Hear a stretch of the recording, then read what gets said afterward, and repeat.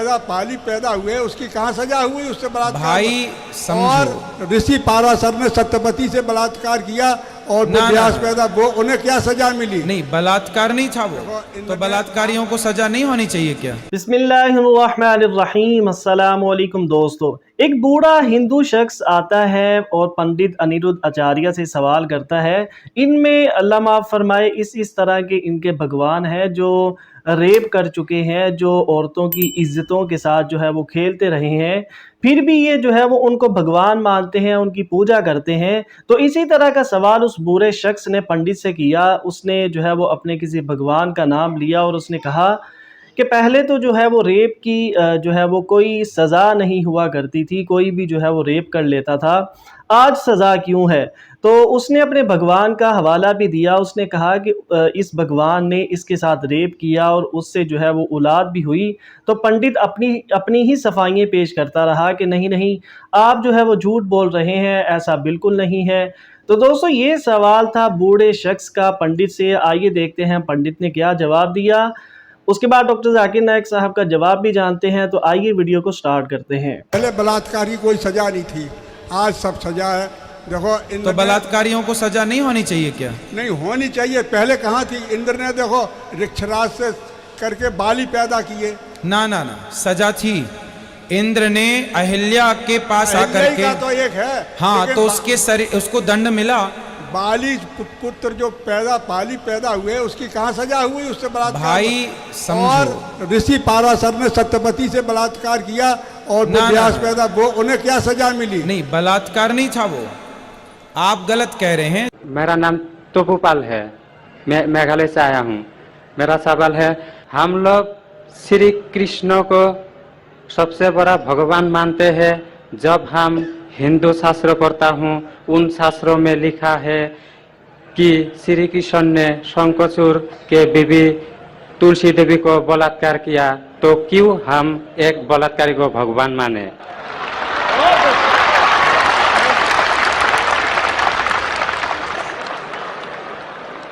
भाई साहब का सवाल है कि हम श्री कृष्ण को भगवान मानते हैं, अगर उसने बलात्कार किया है तो बलात्कारी को भगवान क्यों माने? भाई साहब, जैसे मैंने कहा कि मैं हिंदू धार्मिक किताब पढ़ चुका हूँ, वेद पढ़ चुका हूँ, महाभारत पढ़ चुका हूँ, रामायण पढ़ चुका हूँ, और मैं जब पब्लिक में प्रचार करता हूँ तो मैं ऐसा प्रचार करता हूँ, अच्छी बातें कहता हूँ, पढ़ता हूँ सब कुछ, यकसानियत की बात करता हूँ और कहता हूँ, इख्तिलाफ की नहीं करता हूँ। आपने जो सवाल पूछे कि क्यों मानते, मैं आपसे पूछूंगा आप क्यों मानते? आप अगर कहते नहीं मानना चाहिए तो आप मत मानो। तो मैं समझता हूं कि अगर श्री कृष्ण सही में भगवान के अवतार है, अगर सही में पैगंबर है, तो कोई भी पैगंबर बलात्कार नहीं कर सकता है। सर लिखा है, तो बोई में लिखा है, किताब ग्रंथ में लिखा है। भाई साहब, मैं जानता हूं, मैं आपका जवाब देता हूं, मैं जानता हूं, मैंने नहीं कहा कि आप गलत कह रहे, मैं आपको कह रहा हूं ना। मिसाल देता हूं मैं, लूत अलैहिस्सलाम कुरान में लिखा है कि अल्लाह के पैगंबर है, ठीक है, लेकिन श्री कृष्ण अल्लाह के पैगंबर है, कुरान में नहीं लिखा है। लेकिन अल्लाह के रसूल फरमाते हैं कि इस धरती पे 1,24,000 पैगंबर भेजे, नाम से 25 है, उन 25 में से एक का नाम लूत अलैहिस्सलाम है। जब मैं बाइबल पढ़ता हूं, बाइबल में लिखा है कि लूत अलैहिस्सलाम ने जिना किया अपनी बेटियों के साथ, जो आपके शास्त्र में लिखा है उससे बड़ा गुनाह लिखा है बाइबल में। तो मैं क्या कहता हूं, वो बाइबल में गलत लिखा है।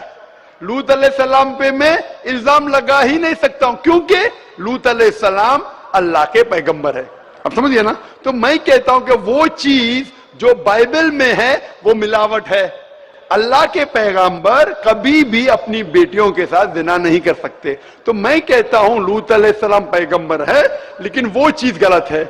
जहां तक कि श्री कृष्ण का सवाल है, श्री कृष्ण का नाम कहीं भी कुरान में नहीं आया है, कहीं भी हदीस में नहीं आया है, लेकिन हमारे पैगंबर मोहम्मद सल्लल्लाहु अलैहि वसल्लम आखिरी पैगंबर फरमाते हैं कि दुनिया में 1,24,000 पैगंबर आ चुके। तो कोई मुझसे पूछता है क्या श्री कृष्ण पैगंबर हो सकते, तो मैं कहता हूं मुझे पता नहीं, हो भी सकते नहीं भी हो सकते। मैं ये नहीं कह सकता हूं कि कृष्ण अलैहिस्सलाम, ये नहीं कह सकता, क्योंकि मैं जानता नहीं हूं। बराबर ना। लेकिन अगर है भी तो जितने पैगंबर, आखिरी पैगंबर मोहम्मद सल्लल्लाहु अलैहि वसल्लम के पहले आए, वो सिर्फ उन लोगों के लिए थे और उस वक्त के लिए थे। आज तुम्हें मानना चाहिए आखिरी पैगंबर मोहम्मद सल्लल्लाहु अलैहि वसल्लम। तो इसीलिए इस शास्त्र के बारे में मैं जानता हूं, श्री कृष्ण के बारे में, मैं राधा के बारे में भी जानता हूं, श्री कृष्ण की कितनी बीवियां दो भी जानता हूं। श्री कृष्ण की 8 बीवियां थी, बाद में जंग के मैदान में 16,100 बीवियों से शादी किया, कुल मिला के उनके पास थे 16,108 बीवियां। कितनी? 16,108 बीवियां महाभारत में लिखा है, और उन 16,108 में से राधा उनकी बीवी नहीं थी। और आपने जो कहा वो भी सही है। अभी मैं ज्यादा तफसील से बात नहीं करना चाहता हूं, लोग कहेंगे जाकिर तनकीद कर रहा है, तो इसीलिए मैं इस बात को कतई नहीं मानता हूं कि ये भगवान की तरफ से हो सकता है। आप समझते ना, अगर श्री कृष्ण खुदा के अवतार है या पैगंबर है, तो कोई भी पैगंबर ऐसा नहीं कर सकता है। आप समझे ना, तो इसीलिए ये चीज में मैं नहीं मानता हूं। आप मानते ऐसा कर सकते हैं श्री कृष्ण? किताब में लिखा है तो लिखा है तो, लेकिन तो आप नहीं मानते हैं। बिल्कुल सही, बराबर। मैं भी नहीं मानता हूं, मैं भी नहीं मानता हूं, क्योंकि कोई भी भगवान के पैगंबर, या अगर पैगंबर जो अच्छे इंसान, पैगंबर को दूर की बात है, कोई भी अच्छा इंसान बलात्कार कर ही नहीं सकता। पैगंबर तो दूर की बात, आप समझे ना, कोई भी अच्छा धार्मिक इंसान बलात्कार नहीं कर सकता है, तो सवाल उठता ही नहीं। इसीलिए मैं लोगों के सामने ये सब पेश नहीं करता हूं, नहीं तो लोग बोलेंगे ये झगड़े लड़ा रहा है। आप समझे ना, मैं झगड़े लड़ाना नहीं चाहता हूं। कुरान में नहीं लिखे क्या, जो चीज यकसा नहीं है वो पेश करके लोग को लेके आओ। कुरान में लिखे जो यकसा है उसके बारे में बात करो, लोगों को करीब लेके आओ। तो मैं आपसे पूछना चाहता हूं कि आप मानते खुदा एक है? पहले और थोड़ा बोलने दो। बोलिए। तो ग्रंथ में ऐसा क्यों लिखा गया है? कुरान में तो टॉप क्लास है, एक भी सवाल ऐसा नहीं है, क्लियर एकदम फर्स्ट क्लास है। क्यों लिखा बोलता हूं मैं, क्यों? क्योंकि जैसे मैंने पहले कहा कि वक्त के दौरान ये जितने किताबें कुरान के पहले आई वो महदूद थी, एक वक्त के लिए, एक लोगों के लिए।